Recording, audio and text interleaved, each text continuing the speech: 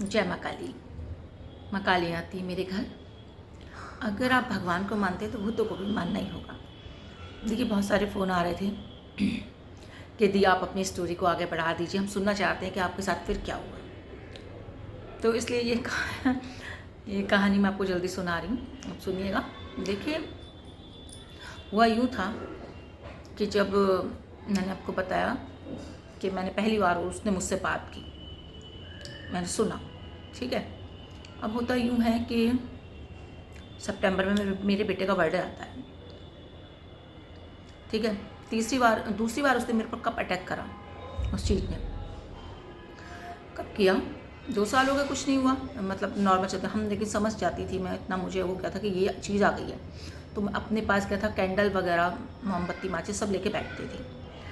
अच्छा देखिए, आप ये ज़रूर मुझे बताइएगा कि मुझे यूट्यूब पर कहानियाँ डालना नहीं आता, ये वीडियो डालना नहीं आता है, लेकिन मेरे पास मैं देखती थी ये यूट्यूब पे लोग खाने की वीडियो डालते हैं, डांसों की डालते हैं, कोई कहीं की डालता है इस तरीके की। तो मेरे मन में आया कि भाई बहुत सारी कहानियाँ मेरे जीवन से जुड़ी हुई जो मैंने देखी हैं, सुनी तो क्या है, देखी हैं, उनको जिया है। बहुत सारी ऐसी हैं कि आप, बहुत से लोग विश्वास करेंगे, बहुत से नहीं करेंगे। देखिए, मैं जो जैसा होता है मैं वैसे ही आपके सामने परोस देती हूँ।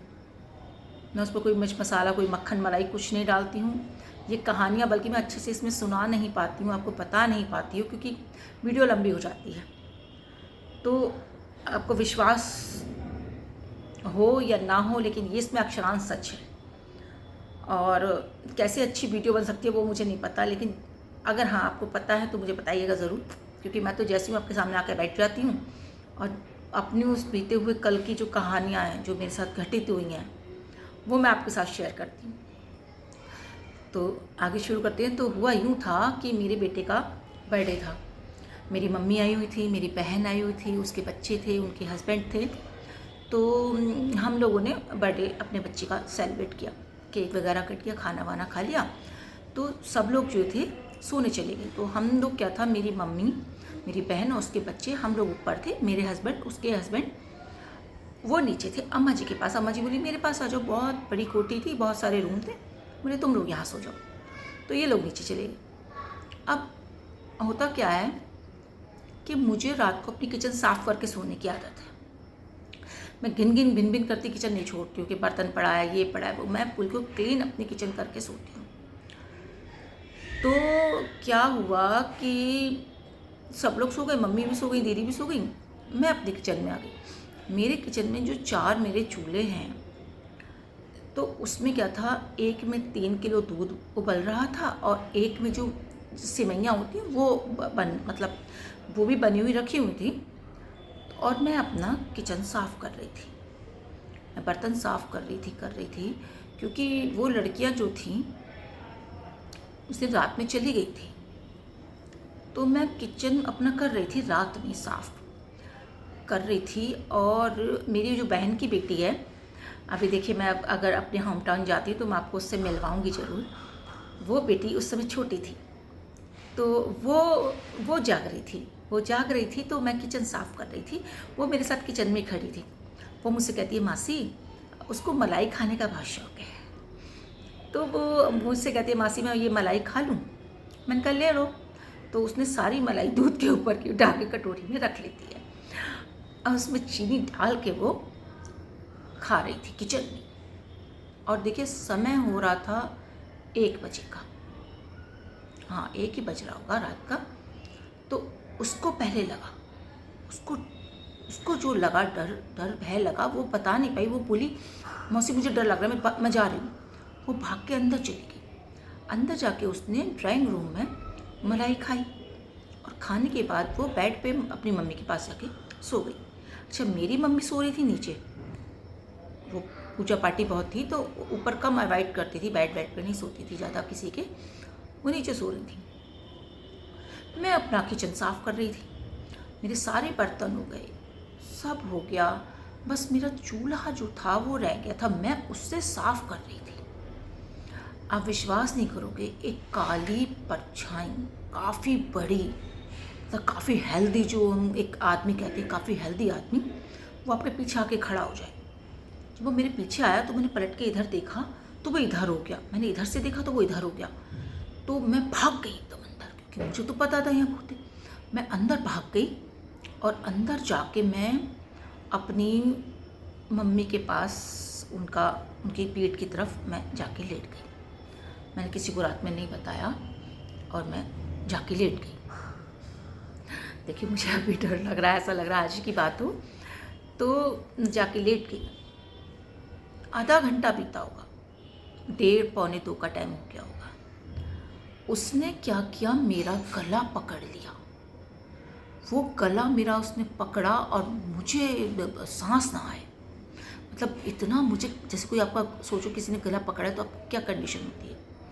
अब वो धीरे धीरे उस पर दबाव बढ़ता जा रहा था। अब मैं परेशान, इधर उधर, अब मेरी आवाज़ ना निकले। मैं अपनी मम्मी के बिल्कुल ऐसे ऐसे सो रही थी। ये मेरी मदर है, ये मैं उनकी कमर से बिल्कुल टच होकर सो रही थी।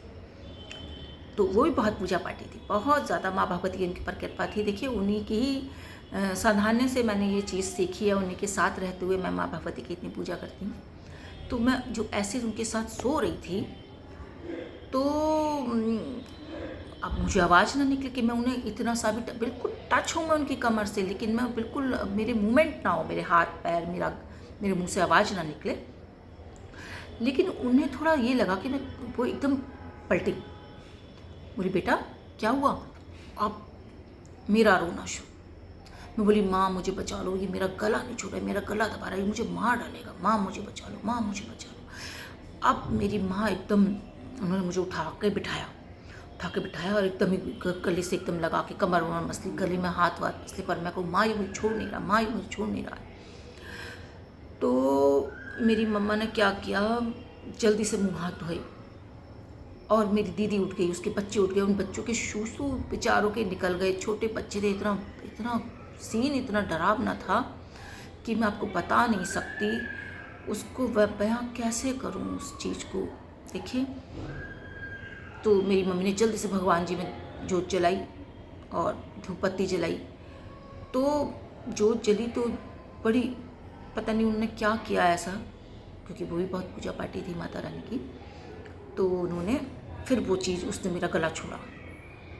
तो आप देखिए, रात के 2:30-3 बज गए और बच्चे कांप रहे, रो रहे, टॉयलेट निकल गए उनके बच्चे। छोटा था मेरा भांजा, मेरी भांजी।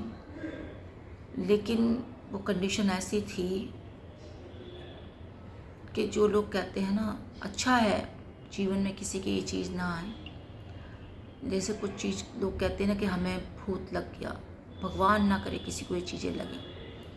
ये बहुत कष्टदायक होती हैं, बहुत परेशान करती हैं। इसलिए मैं उन बच्चों से कहना चाहती हूँ, उन सब से जो आजकल पूजा पाठ नहीं करते हैं ना, फ़ोन चलाते हैं, क्लबों में जाते हैं, पार्टियाँ करते हैं, हमेशा अपने भगवान को आप पूजा कीजिए। आप किसी भी चीज़ का, अगर आप सुंदरकांड पढ़ते हैं, मतलब आप चालीसा पढ़ते हैं, आप हनुमान चालीसा का रेगुलरली जाप कीजिए, मतलब पढ़िए आप। अगर आप हनुमान चालीसा का रोज़ पाठ करेंगे तो आपके अंदर विश्वास के लिए इतनी एनर्जी आ जाएगी कि अगर आपके साथ ऐसा कोई घटना घटती है तो आप उस हनुमान चालीसा को पढ़ के उस चीज़ से बच सकते हैं।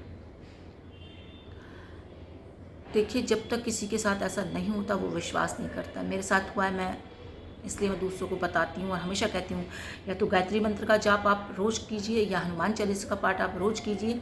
लेकिन आप रोज़ कीजिए, शुद्ध होकर आप पूजा पाठ ज़रूर कीजिए, क्योंकि ये नेगेटिव ऊर्जा जो है ये आपको हमेशा दूर रहेगी आपसे। अगर आप ईश्वर में आस्था रखते हैं, आप कोई भी ऐसा जाप करते हैं, भगवान की चालीसा पढ़ते हैं, हनुमान जी की, माँ काली चालीसा पढ़ते हैं, या आप गायत्री मंत्र पढ़ते हैं, तो ये आपके आसपास एक कवच बना देती हैं। आपको कभी भी ऐसा महसूस हो तो आप हनुमान चालीसा का पाठ कर सकते हैं। लेकिन देखिए, कुछ लोग नॉनवेज खाते हैं, नहीं पूजा पाठ करते, हमारी उम्र क्या है और हम ये नहीं करते, हमारी माँ की क्या है, वो तो हर समय पूजा में घंटा हिलाती रहती हैं। ऐसा कुछ नहीं होता। ऐसा होता है, कभी भी जीवन में आप कहीं भी हों, किस भी स्थिति में हों, किसी भी एज में आ जाएं, एक बार आपको अपने जीवन में ये चीज़ ज़रूर मिलती है। मेरे हस्बैंड नहीं मानते थे, लेकिन जब मेरे हस्बैंड को ये चीज़ मिली, समझ रहे हैं आप, तो उन्होंने इस चीज़ को माना। आपको मैं अगली वीडियो में बताऊंगी उन्होंने भूतों का एक बहुत बड़ा फंक्शन देखा, पार्टी चल रही थी और वो गलती से वहाँ चले गए। और फिर जो उनके साथ हुआ वो आपको अगली वीडियो में बताऊंगी। अच्छी लगे तो प्लीज़ मुझे कमेंट करके ज़रूर बताइए, लाइक कीजिएगा, शेयर कीजिएगा। भगवान है तो भूतों को मानना ही होगा। जय मां काली।